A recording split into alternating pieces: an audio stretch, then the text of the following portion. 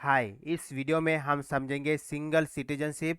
उसके बाद हम ओसीआई के बारे में डिटेल में जानेंगे। तो सबसे पहले हम सिंगल सिटीजनशिप के बारे में समझते हैं।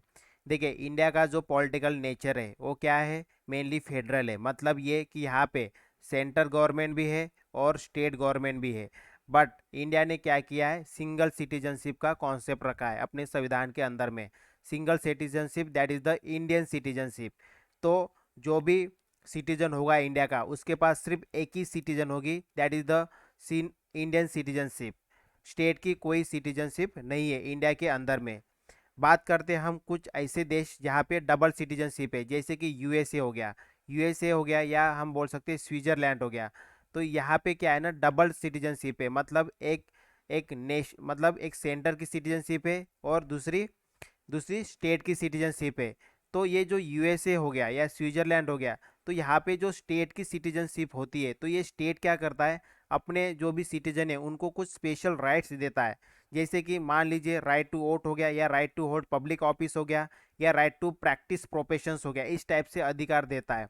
जिससे क्या होता है, जिससे डबल सिटीजनशिप होने की वजह से मेनली डिस्क्रिमिनेशन होता है। तो एक देश के अंदर डिस्क्रिमिनेशन होता है। तो इसी को ध्यान में रखते हुए जो इंडियन इंडियन कॉन्स्टिट्यूशन है वो क्या करता है, सिंगल सिटीजनशिप प्रोवाइड करता है।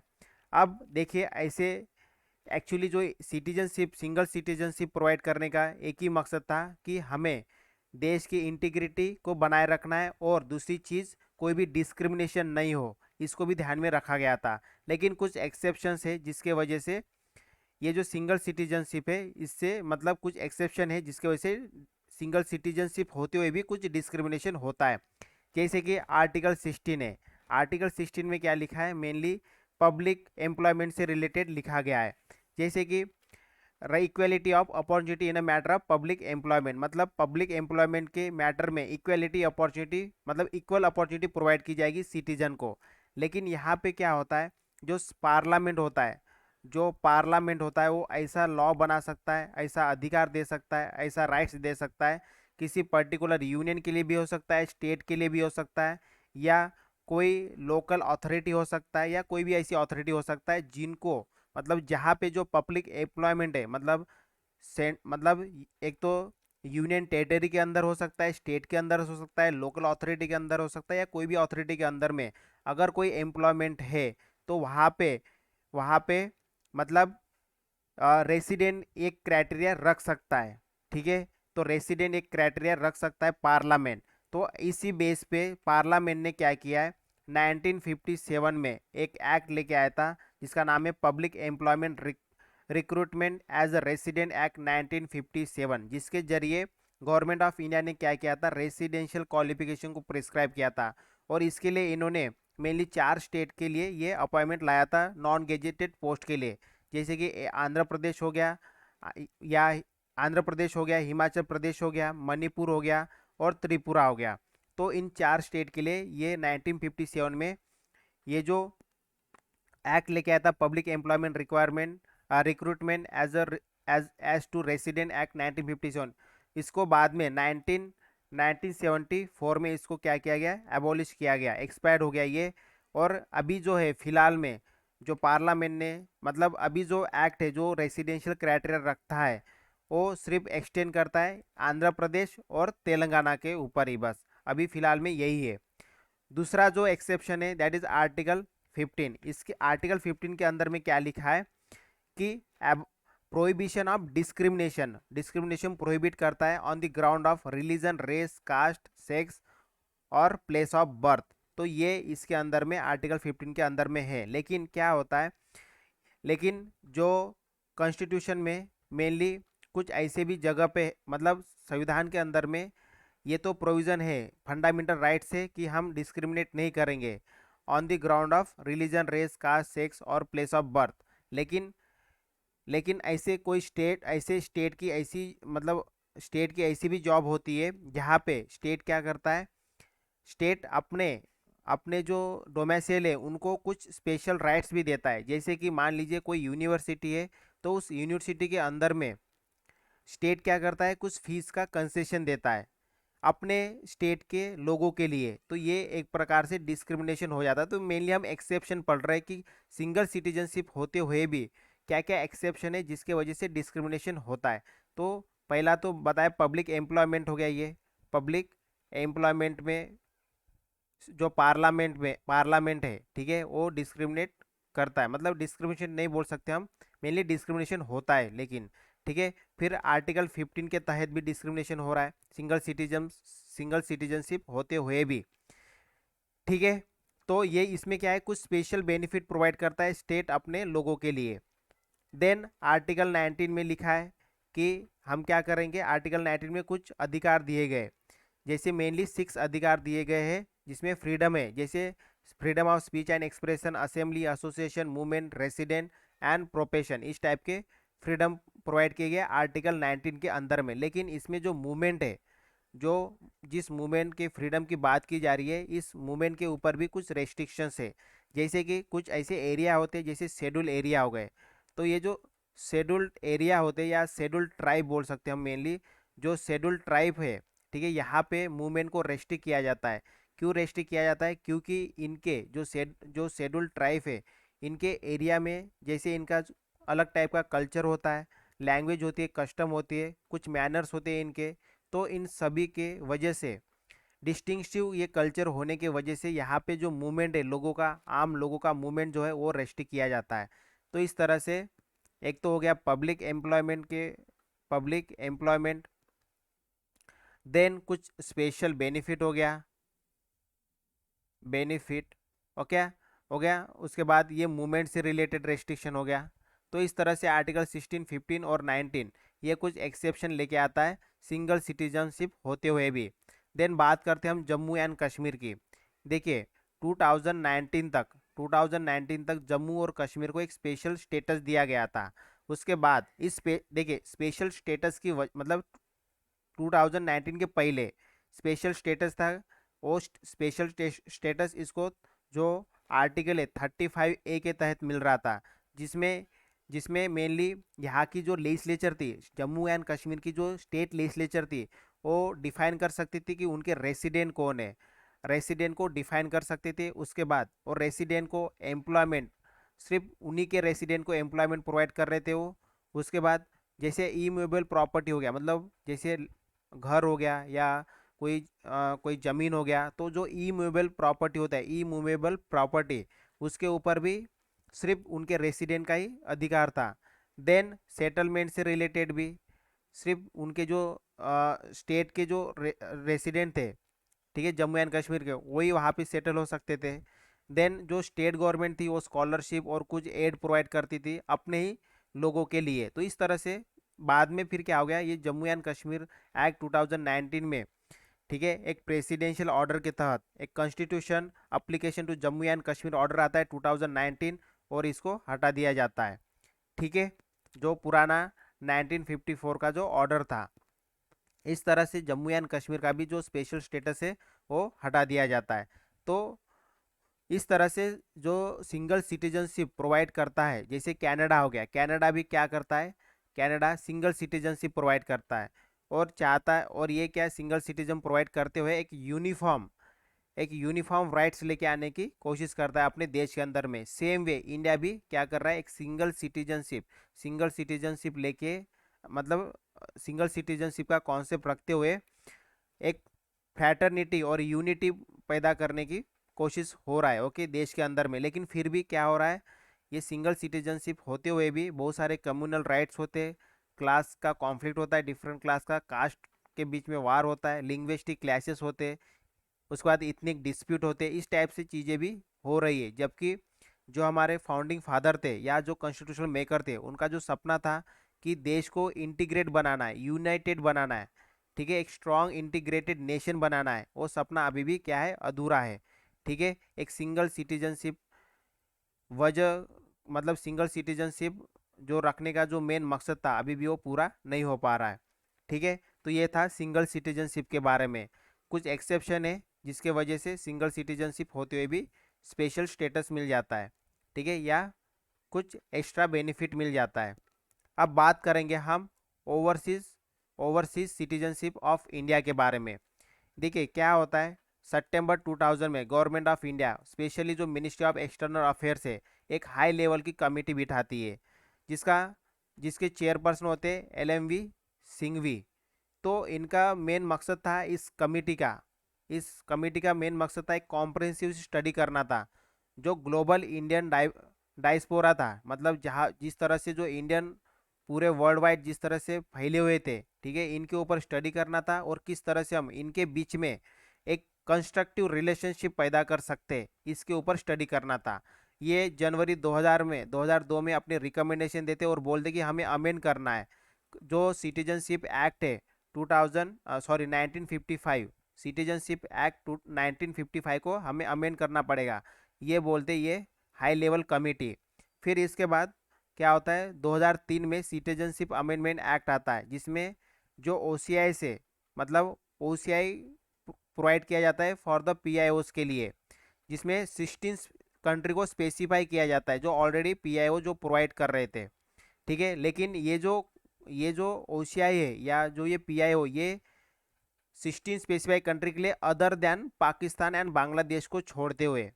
इसके बाद क्या होता है, फिर 2015 में एक और सिटीजनशिप अमेंडमेंट एक्ट आता है, जिसमें जितने भी PIOs होते हैं उनको OCI प्रोवाइड किया जाता है। OCI क्या है, ओवरसीज सिटीजनशिप ऑफ इंडिया। और इसके जरिए देखिए एक्चुअली ये जो OCI overseas overseas citizenship of India, तो इसमें क्या है ना, जो इंडिया एक्चुअली जो इंडियन कॉन्स्टिट्यूशन है थ्रू आर्टिकल 19 क्या बोलता है कि हम ड्यूअल सिटीजनशिप प्रोवाइड नहीं करेंगे। मतलब ये कि अगर कोई व्यक्ति किसी और देश का अगर सिटीजनशिप है तो हम अपने देश का सिटीजनशिप उसका कैंसिल कर देंगे, टर्मिनेट कर देंगे, ठीक है। तो इसीलिए क्या है ना, इसका नाम चेंज कर दिया है, फिर इसको कार्ड बना दिया, मेनली इसके नाम को चेंज कर दिया गया ताकि कन्फ्यूजन ना हो। तो सिटीजनशिप अमेंडमेंट एक्ट आता है 2015 में। तो इसमें क्या होता है, जो OCIs होते हैं एक्चुअली जो OCI है और ये PIO है, देखिए दोनों दोनों अलग अलग थे पहले। जो जो PIO था वो अगस्त अगस्त 19 2002 में लेके आया था, ठीक है। उसके ये PIOs लेके आए थे, ठीक है। गवर्नमेंट ऑफ इंडिया PIOs जो है पर्सन ऑफ इंडियन ओरिजिन, ये जो कार्ड है ये अगस्त 19 2002 में लेके आया था। फिर दिसंबर 2005 में जो गवर्नमेंट ऑफ इंडिया है जो इससे जरिए ये, ठीक है, इसके जरिए OCI लेके आया था, ठीक है। इसको मर्ज करता है, दोनों को मर्ज करता है 2015 में through this citizenship amendment act 2015 के तहत। और ये जो नाम था mainly overseas citizenship of India, इसका नाम चेंज करके overseas citizenship of India card holder रख दिया जाता है। ये कार्ड होल्डर नाम ऐड किया जाता है क्योंकि जो इंडिया क्या है मेनली सिंगल सिटीजनशिप रखता है, ठीक है। मतलब ये कि जो अगर कोई व्यक्ति दूसरे देश का सिटीजनशिप अगर लेता है तो अपने देश की सिटीजनशिप ऑटोमेटिकली कैंसिल हो जाती है। तो इसीलिए इसको कार्ड होल्डर की तरह इसको ट्रीट किया जा रहा है। फिर अब ये था मेनली कि किस तरह से OCI सामने आया अपने, मतलब OCI किस तरह से बन के आए, ओवरसीज सिटीजनशिप ऑफ इंडिया, ये कॉन्सेप्ट किस तरह से सामने आया। अब हम बात करेंगे किस तरह से रजिस्ट्रेशन होता है, ठीक है। तो इसमें जो है मेनली हम ये देखें कि सबसे पहले एक कमेटी बनाई गई थी, उसके बाद जो सिटीजनशिप एक्ट है 1955 इसको अमेंड किया गया था 2002 में। फिर इसमें क्या है, जो PIOs थे पहले से जो PIO चल रहे थे, ठीक है, एक्चुअली PIOs का भी कॉन्सेप्ट बाद में आता है, ठीक है। नहीं देखिए 2002 में क्या है ना, 2002 में अगस्त में PIOs आते हैं। तो जो PIOs थे, ठीक है, क्योंकि इस ये जो इसको अमेंड करके 2003 में OCI जो PIO मतलब जो PIOs पहले से ही थे जो पैरेलली OCI के साथ चल रहे थे, ठीक है, मतलब PIOs पहले से मिल गया था, जो पर्सन ऑफ इंडियन ओरिजिन था, ये जो कार्ड थे ये पहले से चल रहे थे, उसके बाद फिर ये OCI आता है। तो इसीलिए इसको बाद में फिर दोनों में कन्फ्यूजन ना हो, क्योंकि ये जो OCI था इसमें ज़्यादा फैसिलिटी प्रोवाइड हो रही थी और PI उसमें कम थी, तो लोगों को कन्फ्यूजन ना हो इसीलिए फिर दोनों को मर्ज किया जाता है 2015 में और इसका नाम भी चेंज किया जाता है। अभी देखेंगे हम रजिस्ट्रेशन किस तरह से किया जाता है OCI में, overseas okay overseas citizenship of India card holder, ये रजिस्ट्रेशन किस तरह से कर सकते हैं। देखिए सबसे पहला क्या क्या कंडीशन है मेनली हम ये देखेंगे। तो सबसे पहली कंडीशन ये है कि जो भी सिटीजन, मतलब पहले तो ये जो कार्ड होल्डर होंगे, ये क्या है, दूसरे देश की सिटीजनशिप होनी चाहिए इसके पास। मतलब इंडियन सिटीजनशिप नहीं होनी चाहिए, कि किसी और देश की सिटीजनशिप होनी चाहिए। तो सबसे पहली जो कंडीशन ये है कि जब संविधान, ओके, जब संविधान कमेंस हुआ है उस समय या उसके बाद में ये इंडियन सिटीजनशिप होनी चाहिए। मतलब at the time of commencement या आफ्टर द कमेंसमेंट वो इंडियन सिटीजनशिप रह चुके हैं, तो वो क्या कर सकते हैं, रजिस्ट्रेशन, मतलब ओसीआई कार्ड होल्डर के लिए रजिस्ट्रेशन कर सकते हैं।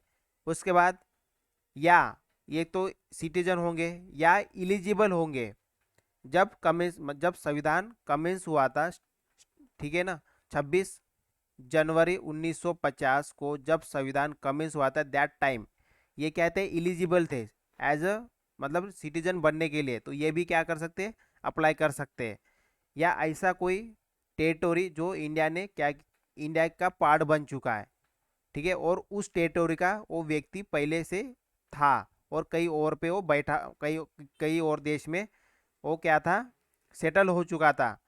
तो अगर ऐसी कोई टेरिटोरी जो इंडिया का पार्ट बनी है आफ्टर 15 अगस्त 1947, तो उस टेरिटोरी का व्यक्ति भी रजिस्ट्रेशन कर सकता है ओसीआई कार्ड होल्डर के लिए।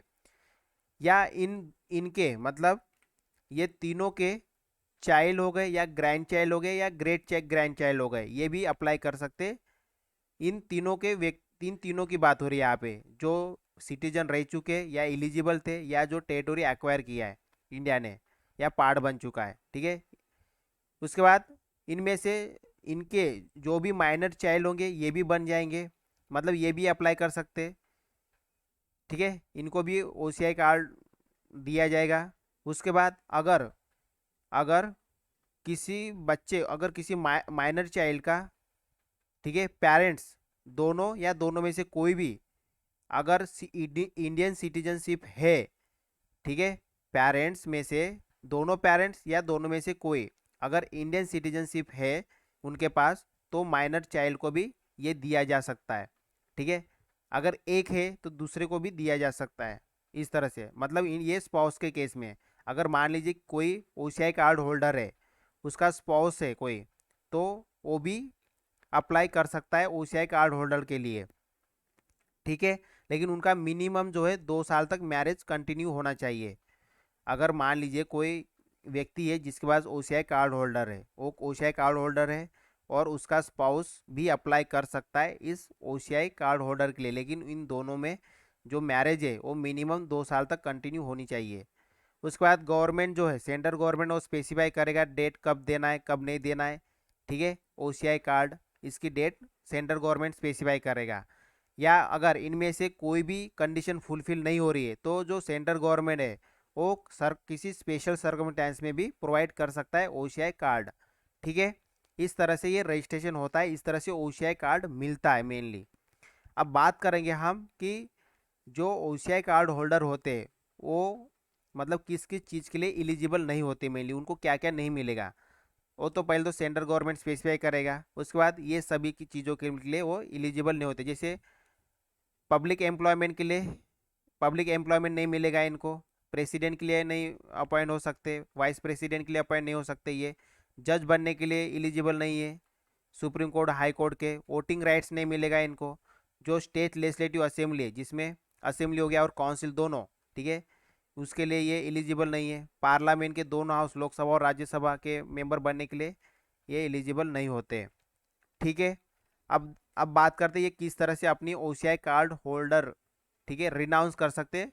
मतलब रिनाउंस मतलब किस तरह से वापस दे सकते हैं गवर्नमेंट, वापस मतलब निकाल सकते हैं, ठीक है, रिनाउंस कर सकते हो मेनली। तो खुद ही रिनाउंस कर सकते हो कि मुझे अभी ओसीआई कार्ड होल्डर नहीं बनना है, ठीक है, तो वो सेंट्रल गवर्नमेंट को बता सकते हैं। जब कोई व्यक्ति ओसीआई कार्ड होल्डर अपने आप को डिक्लेयर कर देता है कि मुझे ओसीआई कार्ड होल्डर नहीं चाहिए, ठीक है, उसके बाद उसका जो भी स्पाउस है जो इसके बेस पे उसने ओसीआई कार्ड होल्ड लिया है, या उसका जो माइनर चाइल्ड है, इसका भी कार्ड सीज किया जाएगा, ठीक है। तो ये हो गया रिनाउंसिएशन की प्रोसेस।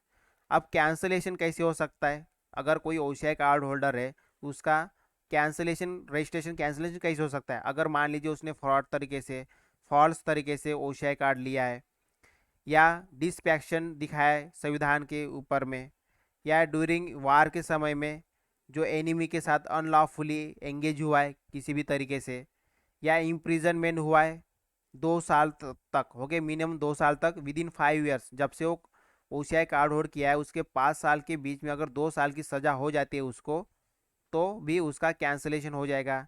या ऐसी कोई चीज़ हो जाती है जिससे सोवरेनिटी और इंटीग्रिटी ऑफ इंडिया को अफेक्ट होती है, तो इन केस में क्या होता है, ओसीआई कार्ड होल्डर की जो रजिस्ट्रेशन है वो कैंसिल हो सकती है।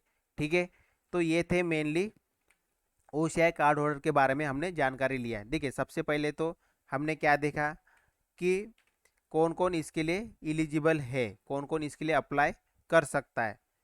ठीक है, ये देखा हमने, जिसमें जिसमें ये तो पहले तो हमने ये देखा किस तरह से ओसीआई कार्ड सामने आया है, मतलब इवॉल्व हुआ है। अब देखिए रजिस्ट्रेशन कौन कौन कर सकता है। एक तो जब संविधान बना है, मतलब संविधान जब कमेंस हुआ है उसके बाद, उस समय या उसके बाद जो इंडियन सिटीजनशिप थे, जो इंडियन सिटीजन थे वो रजिस्ट्रेशन कर सकता है, या जो एलिजिबल थे सिटीजनशिप बनने के लिए जब इंडिया, मतलब जब संविधान कमेंस हुआ है 26 जनवरी 1950, या ऐसी कोई टेरिटोरी जो इंडिया का पार्ट बन चुकी है आफ्टर 15 अगस्त 1947, इन सब के child, grand child, great grand child ये रजिस्ट्रेशन के लिए अप्लाई कर सकते हैं ओसीआई कार्ड ऑर्डर के लिए। उसके बाद जो भी माइनर चाइल्ड होगा, दोनों, अगर मान लीजिए कोई व्यक्ति है जिसने शादी किया दूसरे देश के साथ, वो इंडिया का है, इंडिया का सिटीजनशिप है उसके पास, तो उसका जो बच्चा होगा वो भी अप्लाई कर सकता है, या उसका स्पाउस भी अप्लाई कर सकता है ओसीआई कार्ड होल्ड के लिए। लेकिन दोनों की शादी मिनिमम 2 साल तक होनी चाहिए। या गवर्नमेंट जब ओसीआई कार्ड होल्डर के लिए अप्लाई किया जाता है तो उसकी जो डेट है वो सेंट्रल गवर्नमेंट स्पेसिफाई करेगा। इनमें से अगर कोई सर्कमस्टांसेस नहीं बैठ रहा है, कोई कंडीशन नहीं बैठ रही, तो किसी स्पेशल सर्कमस्टांस में सेंट्रल गवर्नमेंट भी ओसीआई कार्ड प्रोवाइड कर सकता है। ये हो गया। फिर कौन से फैसिलिटी मेनली, मतलब कौन से राइट्स है जो ओसीआई कार्ड होल्डर को नहीं मिलेंगे। एक तो सेंट्रल गवर्नमेंट स्पेसिफाई करेगा, और ये सभी नहीं मिलेंगे। Public employment, president, vice president, जज, वोटिंग राइट्स, ये सभी चीज़ें नहीं मिलेगा। ठीक है, उसके बाद वो खुद कैसे रिनाउंस, मतलब खुद कैसे ओसीआई कार्ड होल्डर की छोड़ सकता है, एक खुद डिक्लेरेशन करेगा। जब जब वो खुद की उसकी ओसीआई कार्ड होल्डर चली जाएगी, ठीक है, तो उसका जो स्पाउस होगा, जो माइनर चाइल्ड होगा, उनकी भी चली जाएगी। कैसे कैसे कैंसिल हो सकता है? एक तो फ्रॉड तरीके से, फॉल्स करके उसने लिया है, डिस अफेक्शन दिखा है कॉन्स्टिट्यूशन की तरफ, इंडियन कॉन्स्टिट्यूशन की तरफ, एंगेज हुआ है ड्यूरिंग द वार, ठीक है, एनिमी के साथ, इम्प्रिजनमेंट हुआ है 2 साल के लिए, जो भी 5 साल मिनिमम, मतलब 5 साल के बीच में जब उसने कार्ड कार्ड उसके पास मिला है उसके 5 साल के बीच में अगर 2 साल की सज़ा हुई है। उसके बाद अगर देश की सोवरेनिटी, इंटीग्रिटी के ऊपर कुछ चीज़ें आ जाती है तब भी कैंसिलेशन हो सकता है। तो इस तरह से हमने ओसीआई के बारे में जाना और एक सिंगल सिटीजनशिप के बारे में जाना। अब देखो सबसे इंपॉर्टेंट चीज़ है बेनिफिट। क्या क्या बेनिफिट मिलते हैं इस ओसीआई कार्ड होल्डर के लिए? सबसे इंपॉर्टेंट चीज़ तो मल्टीपल एंट्री है, विदाउट वीज़ा इंडिया में कितनी बार भी आ सकते, जा सकते हैं। उसके बाद उनको कोई भी जो जो ये क्या बोलते हैं उसको, FRRO, मतलब क्या है ये, फॉरेन रीजनल रजिस्ट्रेशन ऑफिस, इसमें उनको विजिट करने की ज़रूरत नहीं है और बताने की ज़रूरत नहीं है कि हम कहाँ पे क्या कर रहे हैं। ठीक है, ड्यूरिंग विजिट टू द, मतलब जब देश में विजिट करेंगे वो, तब वो कितनी बार भी कर सकते हो, कितनी बार भी रह सकते हो, कितनी देर तक भी रह सकते हो, और ड्यूरिंग दैट पीरियड उनको जो ये फॉरेन रीजनल रजिस्ट्रेशन ऑफिस है इसमें विजिट करने की ज़रूरत नहीं है। उसके बाद जो डोमेस्टिक फ़्लाइट होती है उसका जो एयर फेयर होता है, ठीक है, उसका जो टेरिफ होता है मेनली वो सेम रहेगा जैसे इंडियन के लिए रहता है। फिर उसके बाद जो भी एंट्री फीस होती है अलग अलग मॉन्यूमेंट्स के अंदर, म्यूजियम के अंदर, गार्डन के अंदर, कहीं पे भी हो सकता है ये, जहाँ पे फॉरेनर के लिए मैक्सिमम फ़ीस होती है, इंडियन के लिए कम होती है, तो वहाँ पे भी इनकी जो फ़ीस है वो इंडियन की जो फ़ीस होती है उस टाइप ही लगेगी। ये डॉक्टर, डेंटिस्ट, नर्स, इस टाइप के प्रोफेशन कर सकते हैं, एडवोकेट बन सकते हैं, आर्किटेक्ट, चार्टर अकाउंटेंट, या जैसे भी कोई भी एक्टिविटी कर सकते हैं अदर देन रिसर्च वर्क, इसके लिए उनको स्पेशल परमिशन लेनी होती है। ठीक है, इस टाइप से वर्क भी कर सकते हैं इंडिया के अंदर में हो। ठीक है, और सेटल भी हो सकते, प्रॉपर्टी भी ले सकते इंडिया में रहते हुए, बस वो उनको पॉलिटिकल राइट्स नहीं है। ठीक है, ये था मेनली ओसीआई के बेनिफिट। ठीक है, ये थे ओसीआई के बारे में और सिंगल सिटीजनशिप के बारे में। नेक्स्ट वीडियो में हम कवर करेंगे fundamental rights. Okay, so that's all for this video. Thank you, bye bye.